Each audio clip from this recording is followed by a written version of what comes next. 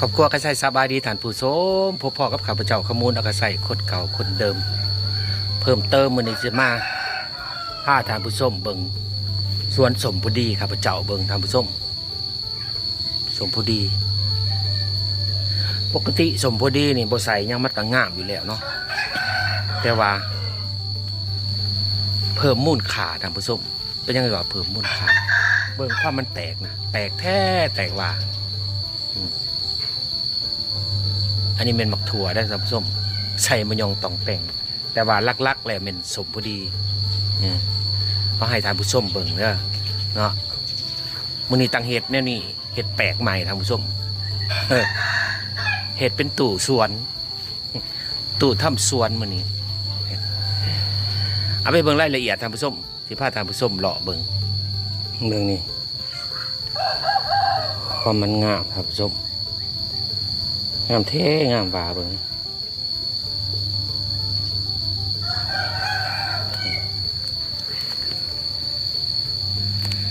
เดี๋ยวข้าพเจ้าจะเอาให้ท่านผู้ชมเบิ่งว่ามันงามหย่อนยังเนาะโดยปกติสมพอดีนี่มันกงามอยู่แล้วบ่ใส่ยังมันก็งามเนาะท่านผู้ชมแต่ว่าเขาใส่ผลิตภัณฑ์ตัวนี้นะมันแห้งเพิ่มขึ้นเพิ่มยังว่าทีมันแตกท่านผู้ชมแตกแท้แตกว่ามักบวบครับมักงามมักถั่วกับมักงามครับสมแต่ว่าสมผู้ดีนะไม่ติดสมผู้ดีเด้อบ่เมนยังได้นี่แต่สมผู้ดีนะพื้นที่บริกว้างได้ควางท่านผู้ชมพื้นที่ก็แคบๆหน่อยๆนั่นนี่แหละงวดแรกตัดไปเลยเนาะท่านผู้ชมงวดแรกได้ไปเลย400,000ท่านผู้ชมมาลุ้นน้ำกันว่างวดที่2สิได้เท่าไรก็มีแต่สมผู้ดีทางนั้นท่านผู้ชมข้าพเจ้าเอาใส่ตามวางตามบอกอันนี้นะใส่สมพอดี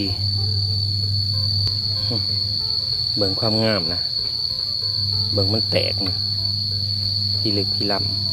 ำต้นนี้แห้งแตกพี่ลึกโผล่ท่านผู้ชมแห้งตัดแห้งแตกเบิ่งต้นนี้เป็นปลูกท่านผู้ชมฝากเบิ่งนี่มันเกิดธรรมศาสตร์เด้อฝากนี่นะเกิดธรรมศาสตร์แต่ว่าฝากเบื้องความมือนี่ครับจะเอามาปลูกเลยมาปลูกแห้งงามครับผู้ชมเบื้องขันมันเกิดธรรมศาสตร์มันก็ยังงามอยู่แล้วบัดนี้ปลูกบัดแห้งพี่หลึกแห้งแตกแห้งยอดใหญ่อันนี้เป็นยอดที่ซองเลยได้ท่านผู้ชมตัดเถื่อที่ซองเลยได้นี่ตัดเถื่อซองเลยได้นี่แบบนี้ภูมินี่นะพี่หลึกพี่หลักมึงมันแตกนะเถอะถ้าคลิปข้าพเจ้าจะเอาผลิตภัณฑ์ข้าพเจ้าใส่มาให้ทานผู้ชมเบิ่งเนาะนี่แต่ทานผู้ชมติดตามเบิ่งว่าสาวสวนอยากคู่ว่าข้าพเจ้าใส่ผลิตภัณฑ์เอียง อันนี้ซับใส่ใหม่ทานผู้ชมซับวางใหม่ลายเบิ่งนี่ความมันงามงามแท้งามว่ามาทางนี้ขยายออกมาทางพี่เนี่ยทำซุ้มขยายมาทางด้านหลังพี่แดดได้สมพอดีได้บุเมนนั้นได้เนาะเบิ่งพวกวันนี้ข้าพเจ้าจะให้ทานผู้ส้มเบิ่ง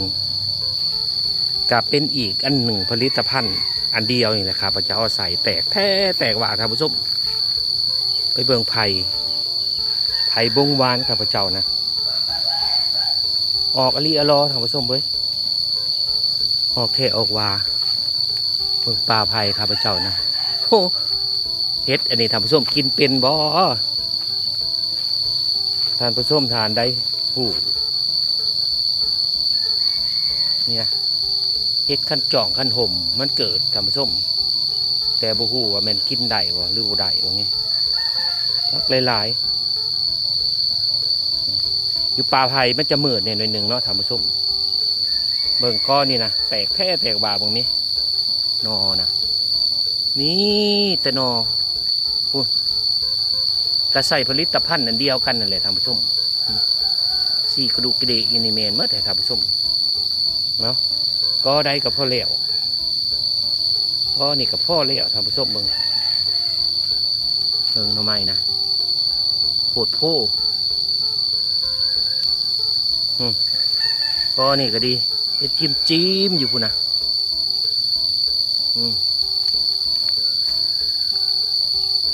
นี่แต่นอกับนอท่านผู้ชม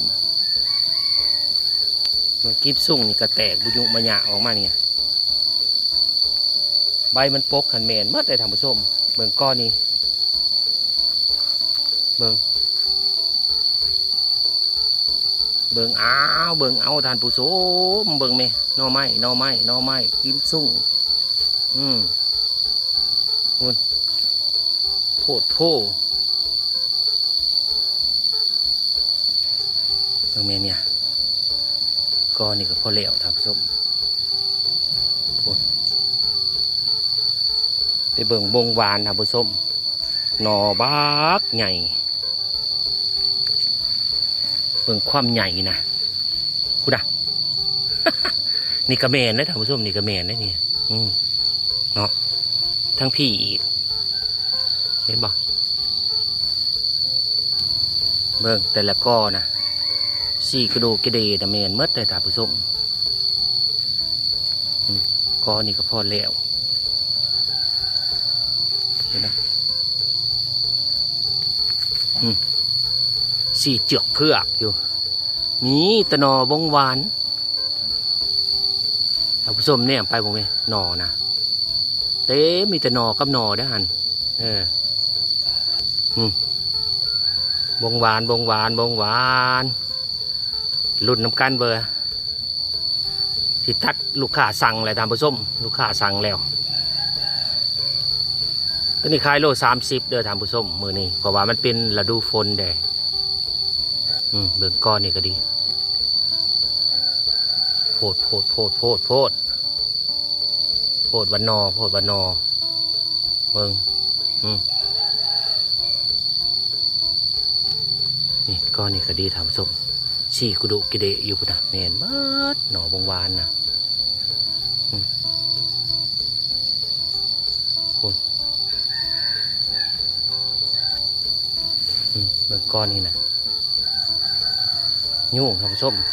เขาปลาไผ่เลยยุ่งร้ายเบิ่งพี่นะท่านผู้ชมแน่เบิ่ง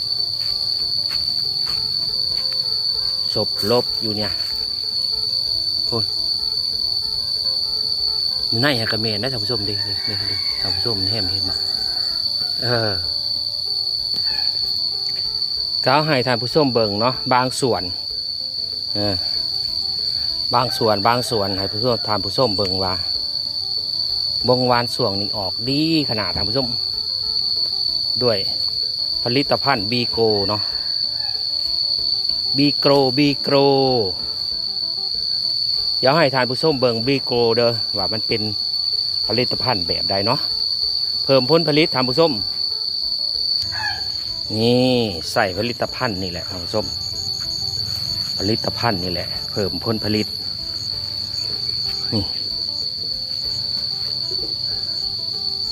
นี่ตัวนี้ท่านผู้ชมเล่ธรรมศาสตร์เขียนว่าเล่ธรรมศาสตร์บีโกรเนาะอันนี้คือเพิ่มผลผลิตท่านผู้ชมชาวสวนฐานได้สนใจมาที่หาดข้าพเจ้าเลยเนาะข้าพเจ้าจะแนะนำให้ผลิตภัณฑ์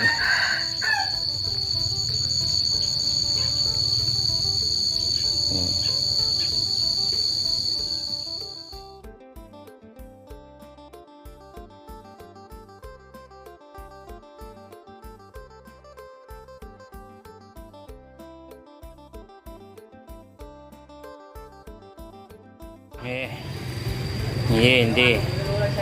ได้10,000แล้ว12 โลยังอีกบ่ทันแล้วยังอยู่นี่กับยูเค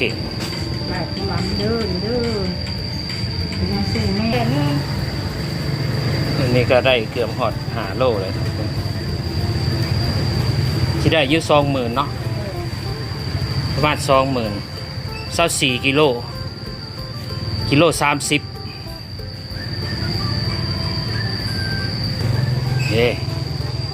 มัดอยู่แล้วก็ใส่ธง แกนมันไปแล้วแกนแล้วแกนนะฮะ ใส่ทง แกนทำอันนี้เดี๋ยวไปปลูกไปครับมะม่วงมะม่วงแล้ว ตาซีประมาณนี้เนาะขอบใจท่านผู้ชมที่ติดตามตั้งแต่ต้นจนจบสวยเป็นกำลังใจแก่ข้าพเจ้าในการเห็ดคลิปโดยการกดไลค์กดแชร์กดติดตามเป็นการส่งเสริมข้าพเจ้าไปในตัวกับชิคอลาท่านผู้ชมไปเพียงเท่านี้พบกันคลิปหน้าบายบาย